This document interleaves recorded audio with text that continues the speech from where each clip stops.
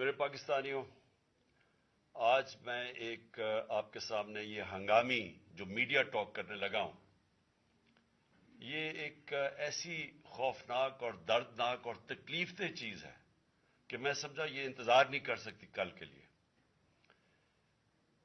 میرے ساتھ جاوید علی بیٹھے ہوئے ہیں، ایک طرف عثمان ڈار جو ہمارے سیال کوٹ کے پریزیڈنٹ ہیں۔ میں ذرا اب آپ کو صرف بتانا چاہتا ہوں کہ یہاں ہو کیا رہا ہے اس ملک میں۔ میں اپنی قوم کو آگاہ کرنا چاہتا ہوں کہ پاکستان کو کس طرح ایک بنانا ریپبلک بنا دیا گیا ہے۔ نہ یہاں کوئی قانون کی فکر ہے طاقتور کو، نہ ان کو فکر ہے اپنے آئین کی۔ ہمارا جو آئین ہے اس کا آرٹیکل 14 وہ واضح طور پہ کہتا ہے کہ ہر انسان کی عزت کی حفاظت کی جائے گی، ہر انسان کی ڈگنیٹی کو پروٹیکٹ کیا جائے گا۔ یہ ہمارا آئین ہمیں حق دیتا ہے۔ لیکن جو یہ جاوید علی سے ہوا، یہ میں اس کے منہ سے آپ کو سننا چاہیے کہ اس انسان سے ہوا کیا، اور میں اس کے بعد آپ کو بتاؤں گا یہ جب ختم کر دیں گے کہ یہ جاوید علی تو ایک آدمی ہے جو سامنے آ گیا ہے۔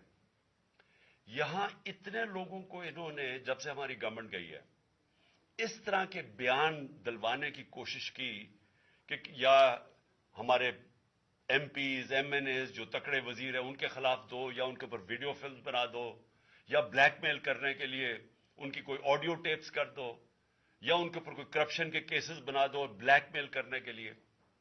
صرف ایک ان کا مقصد ہے کہ کسی طرح تحریک انصاف اور عمران خان کو کمزور کر کے ان چوروں کو پھر سے الیکشن جتا دیا جائے۔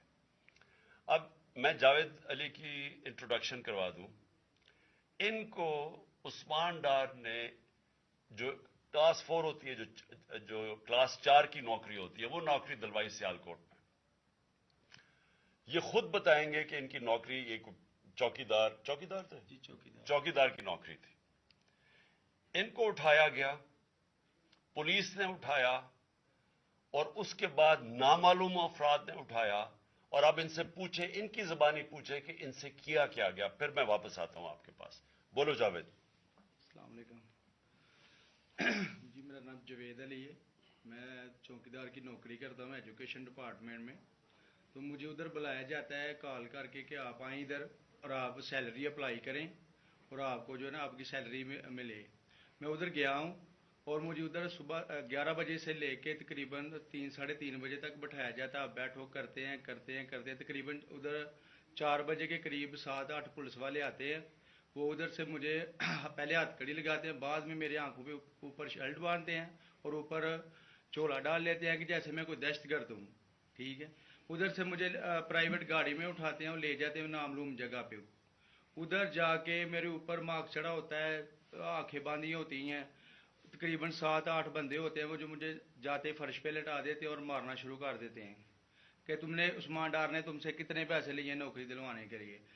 میں کہتا نہیں دیے، پھر بھی مجھے دوسری دفعہ کبھی الٹا لٹکا دیتے ہیں کہ مانو تم نے عثمان ڈار کو پیسے دیے ہیں، کانٹریکٹر سے لے کے پیسے دیے ہیں۔ جب نہیں مانتا تب بھی مجھے کبھی سیدھا لٹکا دیتے ہیں، کبھی الٹا لٹکا دیتے ہیں۔ اور بعد میں جب میرے مثلاً کہ کبھی اینٹ ادھر سے اینٹ اٹھاتے ہیں، اسے دھاگے سے میرے نازک حصوں میں باندھ دیتے ہیں کہ مانو تم کانٹریکٹ سے پیسے لے کے عثمان ڈار کو دیتے ہو۔ کپڑے اتارتے ہیں، بتاؤ۔ بعد میں مجھے ننگا کرتے ہیں، کپڑے اتار کے ادھر فرش پہ بٹھا دیتے ہیں کہ مانو تم نے عثمان ڈار کو پیسے دیے ہیں۔ جب نہیں مانتا تو پھر ادھر سے کہتے ہیں کہ ڈالا بھیجو، اس کی بیوی کو اٹھاؤ، اس کے بچے کو اٹھاؤ اور ادھر اس کو لا کر اس کو برہنہ کرو، اس کی ویڈیو بناؤ، فیس بک پہ ڈالو اور بلیک میل کرو۔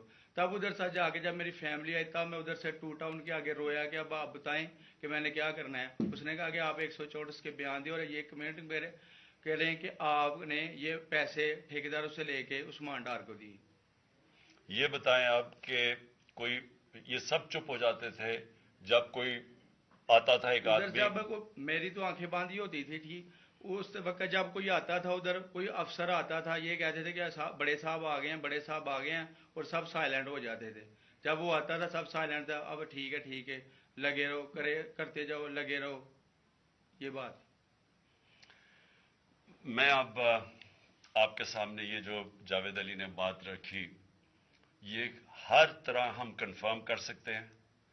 قرآن کے اوپر ہاتھ رکھنے کے لیے میرے سامنے تیار تھے.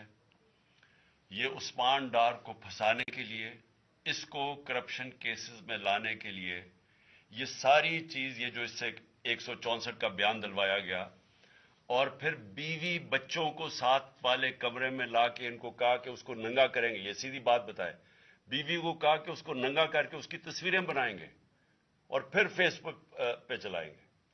میں آج اپنی بڑے رسپیکٹ سے، میں اپنی عدلیہ سے، میں اپنی چیف جسٹس صاحب سے کہنا چاہتا ہوں کہ دیکھیں، میں اب سے نہیں، جب سے ہماری حکومت گئی ہے، میں تب سے کہتا رہا ہوں کہ ہمارے بنیادی حقوق کی حفاظت کون کرے گا. شہباز گل کو اٹھایا، اس کو ٹارچر کیا گیا، اس کو ننگا کیا گیا، اس کو لٹکایا گیا اوپر، اس کو مارا گیا. اس سے بیان دلوا رہے تھے کہ عمران خان کے خلاف سٹیٹمنٹ دو، جو اس کو کہہ رہے تھے عثمان ڈار کے خلاف سٹیٹمنٹ دو. اس کو میں تب بھی، میں نے صرف ایک میرے منہ سے نکل گئی اور اس سے میں نکل گئی کہ ہم جس جج نے ان کو ریمانڈ دلوایا تھا واپس، شہباز گل کو واپس جیل میں، جب وہ ٹارچر ہوا تھا، تو میں نے کہا قانونی کارروائی کریں گے. میرے اوپر کنٹیمپٹ نوٹس کیا گیا، لیکن کوئی کسی نے ایک کسٹوڈیل ٹارچر ساری دنیا کے اندر منع ہے. کسٹوڈیل ٹارچر کے اوپر کچھ نہیں ہوا. پھر اعظم سواتی کو اٹھایا گیا اور ساری قوم کے سامنے جو اعظم سواتی نے اپنے زبان سے بتایا کہ اسے کیا گیا، ایک ٹویٹ کے اوپر، اس کا صرف ایک ٹویٹ کر دی تھی اس نے کہ NRO2 باجوہ نے دیا، جو سب قوم جانتی ہے. اس کے اوپر جو اس سے کیا گیا، پھر ویڈیو بھیجی گئی اس کی بیوی اور اس کی بیٹی کو. ایسی چیزیں اس ملک کی تاریخ میں کبھی نہیں ہوئی، یا میں تو نہیں کبھی سنی تھی ایسی چیزیں. شاید دہشت گردوں سے ہوتی ہوں، شاید کوئی باہر کے جاسوسوں سے ہوتی ہو، غداروں سے، لیکن اپنے شہریوں کو اس طرح کرنا اس ملک کی تاریخ میں کبھی نہیں ہوا. میں نے، جب مجھے گولیاں لگی، میں نے تب چیف جسٹس صاحب کو پہلے مخاطب ہوا. میں نے کہا دیکھیں، جنہوں نے مجھے یہ قتل کرنے کی کوشش کیا وہ سارے اقتدار میں بیٹھے ہوئے ہیں. اس میں یہ جو ایک آدمی ڈرٹی ہیری جب سے جنرل باجوہ لے کے آیا یہاں، تب سے یہ تشدد شروع ہوا ہے. شہباز گل کا، اعظم سواتی کا، مجھے گولیاں لگی. یہ جو داستان آپ سن رہے ہیں، سوشل میڈیا کے بچوں سے پوچھیں، جب سے یہ آدمی آئے ان سے اٹھ کے کیا ہوا. ان کو بند کمروں میں کپڑے اتارے گئے، ذلیل کیا گیا. ایک ماں باپ نے مجھے کال کی، انہوں نے کہا ابھی تک ان کا بیٹا نارمل نہیں ہوا. اس سے اوپر اتنا تشدد کیا کہ وہ ابھی تک نارمل نہیں ہوا. اور میں ان کو کہا، جس طرح اس کو جاوید کو کہا میں نے سامنے آؤ، سب ڈرتے ہیں، نامعلوم افراد سے سب ڈرتے ہیں، اور کوئی کسی قسم کی پروٹیکشن کسی کو نہیں ہے، کیونکہ یہ قانون کے اوپر ہے، یہ جو مرضی کر لے، کوئی ان کو بچانے والا نہیں ہے. کوئی جاوید جیسے انسانوں کو جب یہ کرتے ہیں، اس کو پھر دھمکیاں دی گئی کہ تم نے یہ بتانا کسی کو نہیں ہے، تو ہم یہ کر دیں گے، ہم تمہیں یہ مروا دیں گے. تو یہ اس ملک کی، ہمارے پاس تو ایک ہی راستہ ہے، اور مجھے پتا ہے کہ عدلیہ کے اوپر پورا اٹیک ہے، یہ مافیا کا.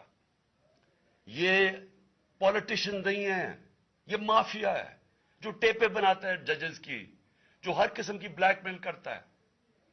انٹیریئر منسٹر ٹیپ چلا رہا ہے کسی کی، یہ بالکل غیر قانونی چیز ہے.